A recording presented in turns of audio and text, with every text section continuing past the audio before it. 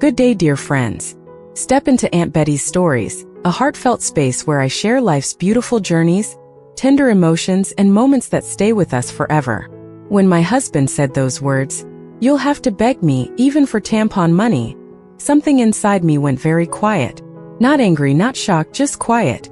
It was like the sound of a door closing somewhere deep inside my chest. I remember standing in the kitchen that morning. The kettle was still humming, the smell of burnt toast hung in the air, and he was looking at his phone while saying it, as if it meant nothing. But to me it meant everything. It wasn't about the money. It wasn't about the credit cards he had already taken away.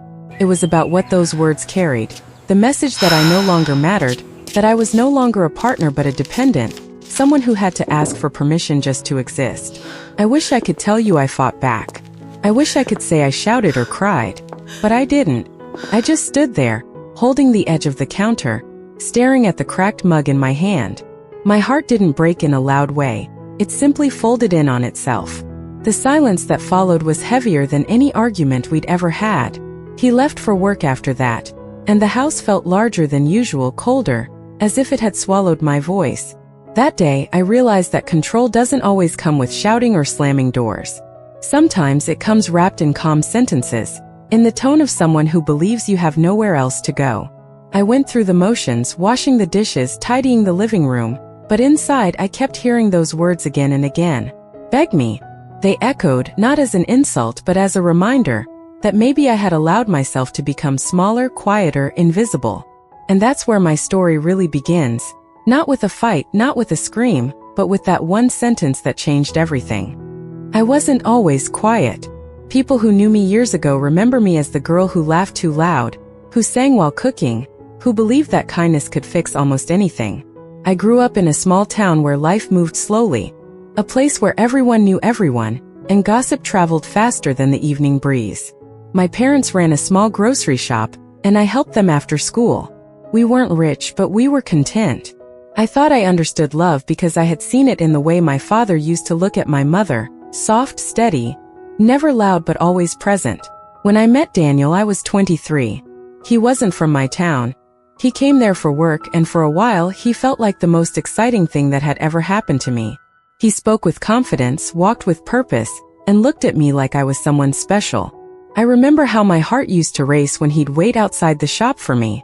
He had this charm, calm, serious, protective. I mistook that protectiveness for love. Our relationship moved fast. He'd bring me little gifts, a scarf, a necklace, once even a second-hand radio because I said I liked music. When he asked me to marry him, I didn't think twice. Everyone said I was lucky. My mother cried happy tears. My father said Daniel seemed responsible. And I believed them. I believed in the life we were about to build together. Our wedding was small but beautiful. I wore a white dress my aunt had sewn for me. Daniel looked proud, serious but proud. When we said our vows, I felt something inside me settle, as if my life had finally found its direction. I moved into his apartment in the city a week later. I was nervous but also hopeful. I wanted to be a good wife, supportive, loving, gentle, the kind my mother had been. First, things were fine. We laughed, cooked together, watched old movies on the couch.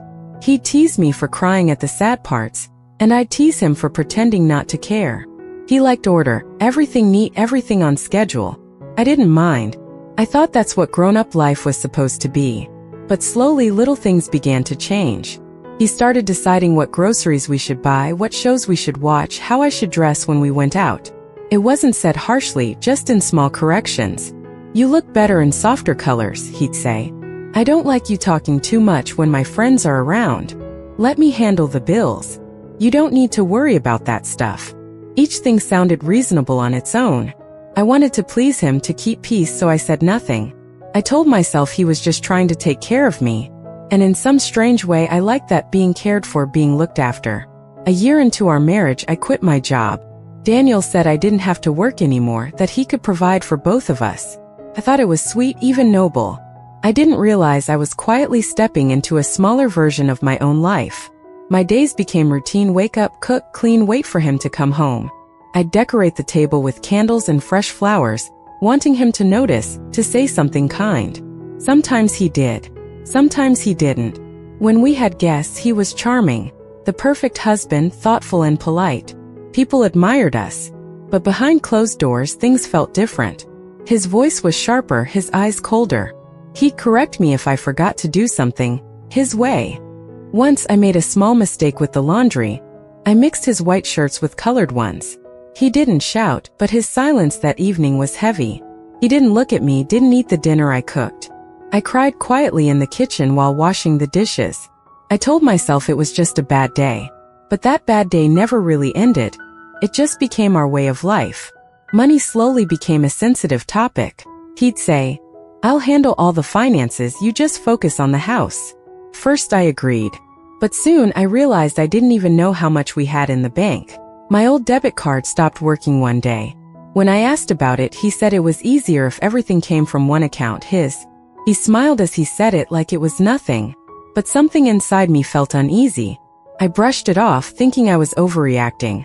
Months turned into years. I stopped meeting friends. When they called, I said I was busy. When my mother visited, I made excuses for Daniel's absence. "He's tired from work," I'd say. The truth was, he didn't like visitors. He said our home was our private space, and I believed him. I always believed him. There was one evening, I remember it clearly. Rain tapping against the windows, dinner half-eaten on the table. I told him I missed working, that I wanted to maybe find a small part-time job. The way he looked at me, quiet but cold, made me shrink inside. "Why?" he said. I tried to explain. "I just feel like I've lost touch with myself. I want to contribute again." He sighed, as if I'd said something foolish. "You don't need to do that. I'm providing, aren't I? You have everything you need." Everything I needed. The word stuck with me.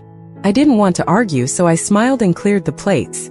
But that night, as I lay beside him in bed, I stared at the ceiling and wondered when exactly my world had become so small. Sometimes control doesn't come as a demand. It comes as love wrapped too tightly around you, until you can't breathe. I told myself I was happy. I told myself this was normal. That's what wives do, they adjust, they sacrifice. I didn't know I was slowly disappearing. And so the years went on. Every now and then, he'd make small remarks about money, how I spent too much on groceries, how I didn't understand budgeting.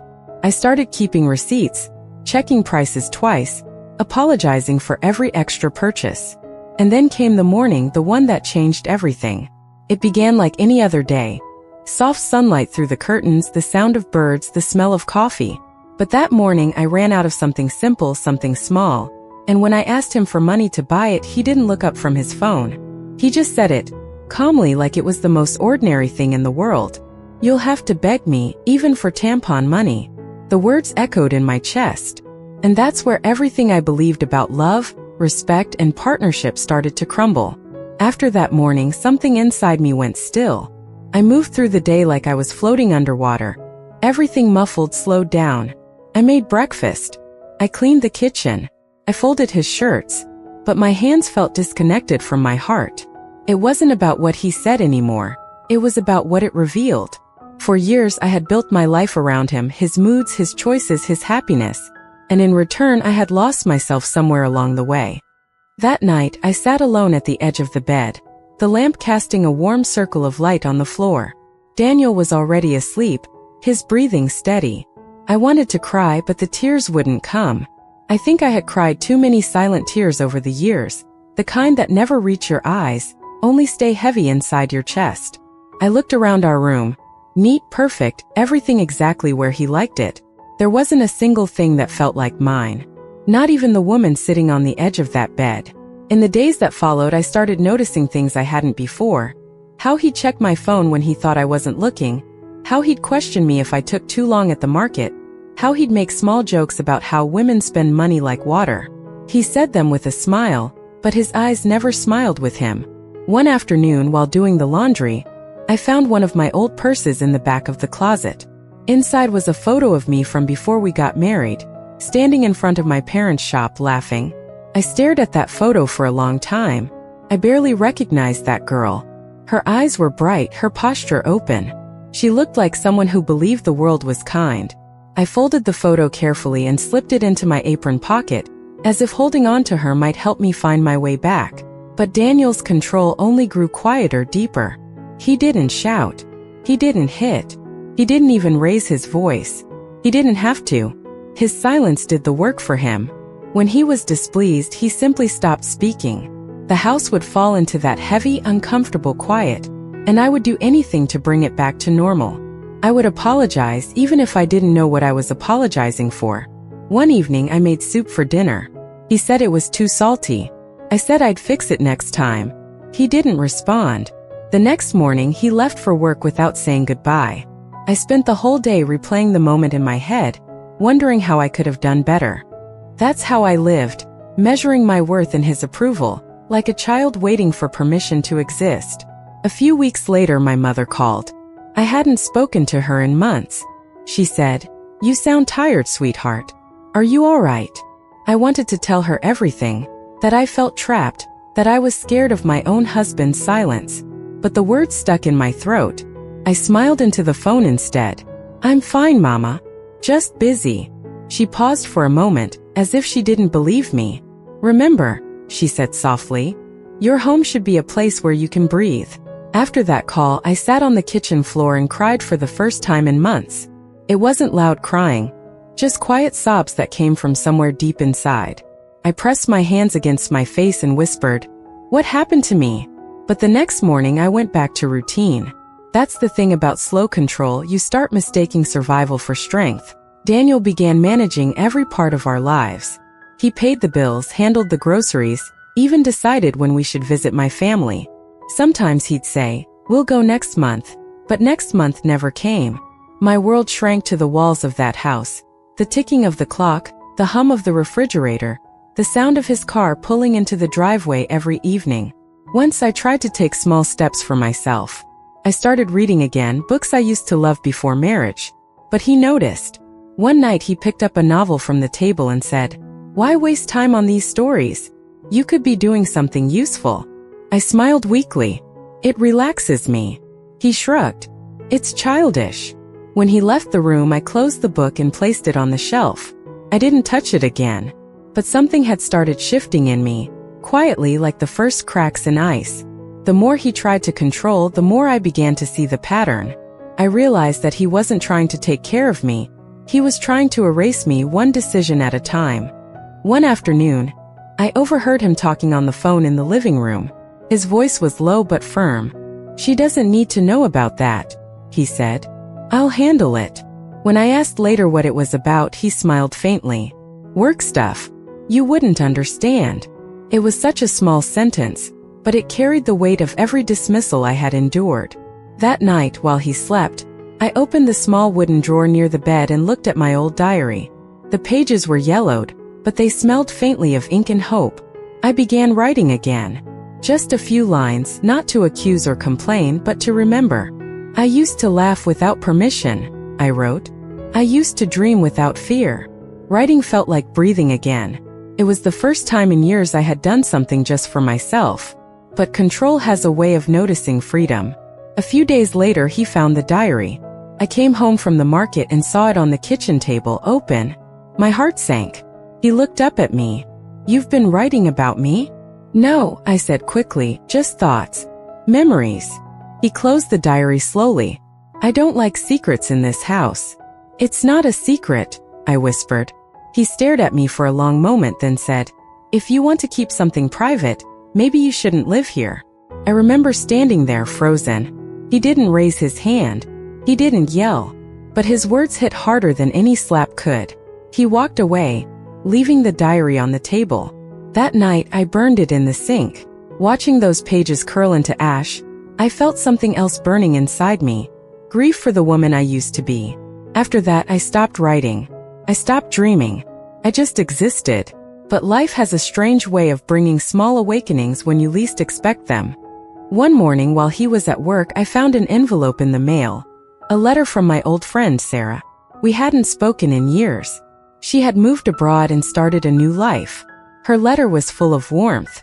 She wrote, "I miss our talks. I miss your laughter. Remember when we used to sit by the lake and promise we'd never let anyone silence us?" I read that line again and again. Never let anyone silence us. That afternoon, I stood by the window, watching the sunlight spill across the floor. I felt the quiet inside me shift, Not louder but clearer. I realized I couldn't keep living like a shadow. Something had to change. That evening, when Daniel came home, I told him I wanted to visit my mother. He looked up sharply. Now? For what?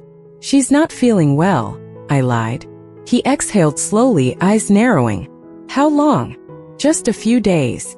He stared at me, then said, Fine, but I'll transfer the money. You don't need to touch your card. I nodded, pretending to agree. But later that night, I quietly checked my old purse, the one with the photo. Inside, I found a small folded note with my mother's handwriting on it. I didn't remember putting it there. It said, My girl, if you ever feel lost, come home. I held that note close to my heart. The next morning, I packed a small bag. Just clothes, nothing more. When he asked what I was doing, I said, Packing for the trip. He watched me carefully. Don't make me regret this. His voice was calm, but I felt the threat behind it. That night I couldn't sleep. I lay awake, listening to the rain tapping against the window. I thought about my life, how it had shrunk, how I had disappeared into someone else's version of love. And then I made a decision. I didn't know what I would do yet, but I knew that the next time he said something cruel, I wouldn't stay silent. The day it happened started like any other. I woke up early, the sunlight just brushing the curtains. Daniel was already gone. His car pulled out of the driveway before I could hear the usual engine hum. I felt the silence in the house differently that morning. It wasn't peaceful. It was heavy, the kind of quiet that presses against your chest and makes it hard to breathe. I went to the kitchen and started breakfast. Eggs, toast, coffee. The routine that once felt comforting now felt mechanical. Every sound, the kettle, the toaster, the drip of the tap, reminded me that I was alone in a house where I was supposed to belong but didn't. That morning I found myself looking through some old envelopes in the drawer. Bills, letters, and receipts he had left. And then I noticed something that made my heart sink. A stack of receipts from my own credit cards. They were untouched. Hidden. He had taken control of everything. Not just money, not just decisions, everything that could remind me I had agency he had removed. I sat down at the table, head in my hands. I realized then this wasn't about him providing. It wasn't about his love or care. It was control. Pure, quiet, suffocating control. The kind that slowly strips you of yourself until you're invisible even to yourself. I don't remember how long I sat there. Minutes, hours, maybe both. The weight of that realization pressed me down until I felt hollow. And then the mail I had left unopened called to me. Another envelope from my mother. I hesitated, then opened it. Inside was a small note, written in her familiar shaky handwriting. You are allowed to be yourself. No one can take that away unless you let them. I clutched it to my chest, and for the first time in years I felt a spark. A tiny, fragile spark of courage. Later that day he came home as usual, calm and precise. I was waiting in the living room. My bag sat packed by the door. He glanced at it and raised an eyebrow. Going somewhere? He asked, his tone casual. Yes, I said, keeping my voice steady. Visiting my mother for a few days. He didn't say much. Just walked past me and sat in the armchair. I watched him, noticing every detail. The calmness that once reassured me now felt like a wall between us. I realized I had been standing behind that wall for years without even noticing it. When he finally looked up at me, he said, You'll have to beg me if you want money for the trip. I didn't flinch. I didn't cry. I didn't apologize. For the first time, I realized I didn't have to. I won't beg, I said softly. I have my own money. The words surprised even me. They sounded simple, quiet, but they carried everything I had held in for years. He blinked as if I had said something foreign. Your own money? He asked. Yes, I repeated. I've been saving. I can manage. For the first time, I saw uncertainty cross his face. Not anger. Not control. Just surprise. He had never expected me to stand quietly, calmly, without fear. That night, as I packed the rest of my things, I found the diary I had burned months ago. I picked up the ashes and let them fall from my hands. Watching them scatter, I felt a strange sense of liberation. The person I had been hiding for so long was beginning to wake. The next morning, I left the house. The air outside was crisp, cool, filled with the scent of rain from the previous night. I held my bag tightly and stepped into the sunlight. For a long time, I didn't look back. Every step felt like reclaiming a piece of myself I had forgotten existed. But that was not the only turning point. The real change came a few days later, when I returned from my mother's home, feeling stronger, more certain. I realized that silence, the way I had endured control quietly for years, was no longer my refuge. It had been my prison. I began to make small changes, answering questions honestly, choosing what to wear without permission, speaking my mind calmly, asserting simple boundaries. Each action was tiny, but each one chipped away at the walls he had built around me. And with each small victory, I felt a growing sense of life, a sense of self that had been buried under years of quiet compliance. One afternoon we had an argument, the kind we never used to have because I would always give in. I told him I wanted to manage some household money myself. I didn't raise my voice. I didn't cry. I just spoke plainly, firmly. He paused, looking at me, and for the first time, I saw respect in his eyes. Not the fearful, submissive respect I had always given, but genuine recognition. That night, as I lay in bed, I realized something profound. It wasn't just about money or control, or even his words that had once crushed me. It was about understanding my own worth, my own voice, and my own choices. That realization, quiet, calm, unshakable, was the turning point I had been waiting for all those years. The moment I decided to no longer shrink, to no longer apologize for existing, was when I truly began to live. And though the path ahead was uncertain, for the first time in years I felt hope. Real hope. The days after that turning point were quiet but different. Not the heavy quiet of fear, but a calm that felt like space. Space to think, space to breathe, space to exist. For the first time in years, I felt I could make choices for myself without hesitation. I started small. I cooked meals I liked, not meals I thought he would approve of. I rearranged the living room to my taste, put flowers on the table I chose, not the ones he liked. I began answering questions honestly, even the small ones, without trying to guess what he wanted to hear. Each action felt like a small reclaiming of my life. One afternoon, I found myself looking at my reflection in the hallway mirror. The woman staring back was the same, yet somehow different. There was a softness in her eyes, a quiet strength that had grown through pain. She had been buried under years of control and expectation, but now she was slowly emerging. I realized that the person I had been pretending not to be, the woman who laughed too loud, who sang while cooking, who believed in kindness, had never left. She had been waiting for permission to return. I began to speak with friends again. One by one, I called the women I had stopped talking to over the years. We met for coffee, for walks, for long talks in parks. They listened, really listened, without judgment. I told them small pieces of my story, not the whole truth, but enough to feel human again. And their voices reminded me of something I had forgotten, that life is meant to be shared, that connection is what keeps us alive, even in the loneliest moments. At home I set new boundaries. I started managing small finances, checking bills, buying groceries on my own. When Daniel commented or questioned, I would calmly explain my choices. I didn't argue, I didn't cry, I didn't beg. I simply acted with quiet determination. And slowly, almost imperceptibly, the dynamic shifted. The control that once seemed absolute began to loosen. It wasn't easy. There were days when doubt crept in, days when I felt guilty for asserting myself. But each day, I reminded myself of one truth. Being quiet for years did not make me small. It just made me patient. And patience, combined with awareness, can become quiet power. One evening, Daniel and I sat at the kitchen table, the rain tapping softly against the windows. He looked at me differently. Not cold, not controlling, but measured, thoughtful. "I've noticed you've been handling things yourself," he said. "Yes," I replied, calm and steady. "Because I can." He didn't argue. He didn't respond with sarcasm. He simply nodded, and for the first time I felt a strange respect between us. It wasn't love restored, not fully, but it was recognition. My voice mattered. My choices mattered. I mattered. I also began writing again, carefully this time. Not diaries meant to hide, but letters to myself. I wrote about small victories, the meals I cooked, the boundaries I set, the friends I reconnected with. I wrote about grief too, the years lost in silence, the moments I had wished for courage.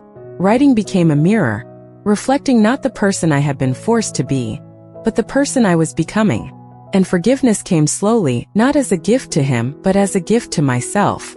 I forgave the years I had allowed control to take root, the mistakes I had made in silence, the lost chances to speak up. Forgiveness didn't erase the past. It didn't change him, but it changed me. It let me move forward without carrying the weight of bitterness. The small moments of life began to feel alive again. The morning sun spilling across the floor, the scent of coffee brewing, the sound of birds outside the window. I laughed again, softly at first, then more freely. I sang while cooking, sometimes even off-key, without caring who heard. I began noticing things about myself I had forgotten, what I liked, what made me happy, the strength I had always carried quietly. I realized that freedom isn't always dramatic. Sometimes it is simply the quiet knowledge that you belong to yourself first. One day, while preparing a small dinner, I paused and looked around. The house was still the same, but it felt different. Not because he had changed completely, but because I had. The woman who had stood silently for years was now present, alive and no longer afraid. The fear that had gripped my heart had loosened. And in that calm I understood the lesson life had quietly been teaching me. Courage doesn't always roar. Sometimes it whispers quietly, steadily, until it becomes enough to change everything. Now when I look back, I see that morning like a quiet turning point, the moment he said, "You'll have to beg me, even for tampon money." At the time it felt like a sharp cut, like the floor had been pulled from under me. But now I understand that moment differently. It wasn't the end of me. It was the start of remembering who I really was. Life after that moment wasn't perfect. Some days were still heavy. Some conversations with Daniel were still tense. But the difference was inside me. I no longer let silence, control, or fear define me. I spoke when I needed to. I made choices for myself. I claimed the small freedoms I had once ignored. And with each choice, I felt the weight of years lifting from my chest. I started to notice the little joys again. Sunlight through the window in the morning, the smell of coffee brewing, the soft hum of the fridge. I laughed without hesitation. I sang while cooking, off-key and unbothered. I reconnected with old friends. I visited my mother often, and each time, I felt a piece of myself returning that I had forgotten existed. One evening I was sitting by the window, rain tapping softly against the glass, notebook in hand. I wrote quietly, just as I had years ago, about the things I had learned. About patience, about courage, about the quiet strength that lives in every woman who has been silenced for too long. I wrote about forgiveness, not for him, not for the past, but for myself. Forgiveness, I realized, was about letting go of the heavy shadows that had clung to me. It wasn't about erasing the pain, it was about living anyway. And then I smiled softly at the reflection in the glass. The woman looking back at me was strong but gentle. She had survived control and quiet cruelty. She had rediscovered her voice. And she knew something important. No one can take your life, your choices, or your worth, unless you allow it. I learned that courage doesn't always roar. Sometimes it whispers. Sometimes it is simply standing quietly in your own truth, day after day, until the small choices become a life. And I learned that freedom isn't always dramatic. It is often quiet, soft, and steady. The kind of freedom that lets you breathe deeply and know that you belong to yourself first. Life continues, not perfectly but fully. I still have moments of doubt. I still have moments when the old fear tries to creep in. But now I have tools, habits, and memories that remind me, I am enough. I am strong. I am present. I am alive. And that is the lesson I carry with me every day. No one can control your heart, your mind, or your choices. No one can silence you unless you let them. And sometimes the smallest sparks, a letter, a memory, a quiet decision, are enough to change the course of a lifetime. I will never forget the words that started this awakening. But I no longer fear them. I no longer shrink. I no longer beg. I simply live. And that, quietly, is the beginning of everything. A woman quietly lives under her husband's control for years, believing it is love. One morning he tells her, "You'll have to beg me, even for tampon money," and she realizes how much of herself she has lost. Slowly, she notices the patterns of control and begins reclaiming small freedoms, speaking honestly, reconnecting with friends, and making choices for herself. Through quiet courage and reflection, she finds her voice, sets boundaries, and regains her sense of self.